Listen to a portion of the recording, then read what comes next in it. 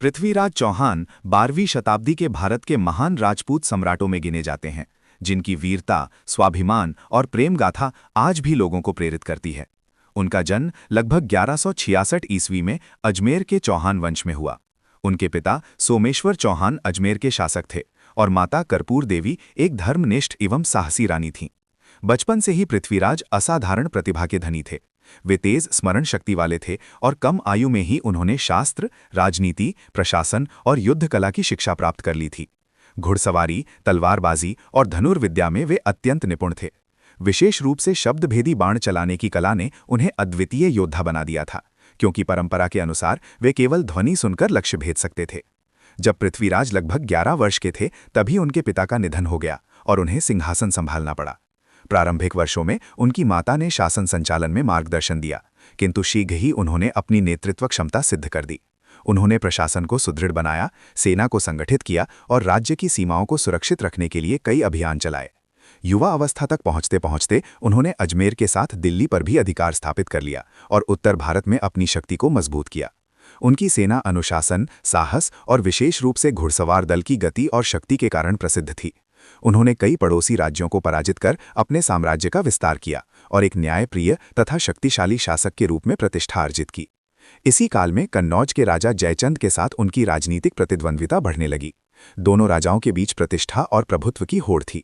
जयचंद की पुत्री संयोगिता ने पृथ्वीराज की वीरता की कथाएं सुनकर उन्हें मन ही मन अपना पति मान लिया था।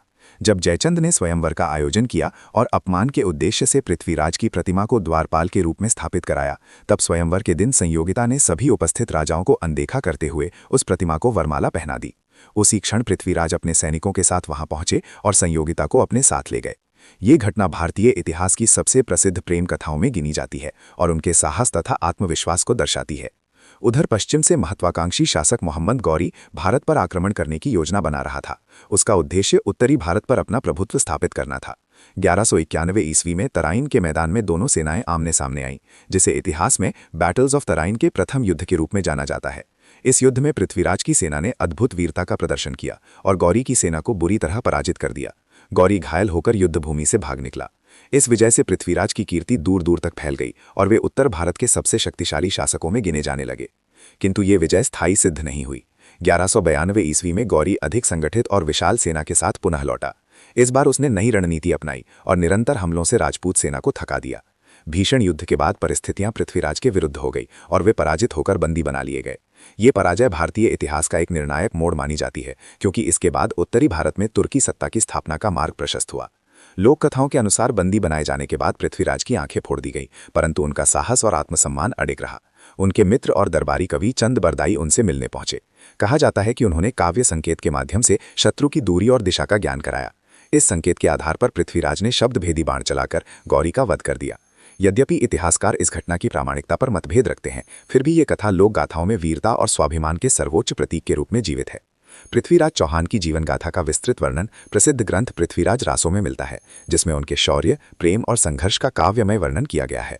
वे केवल एक महान योद्धा ही नहीं, बल्कि सम्मान, स्वतंत्रता और मातृभूमि की रक्षा के लिए अंतिम क्षण तक संघर्ष करने वाले आदर्श शासक के रूप में याद किए जाते हैं।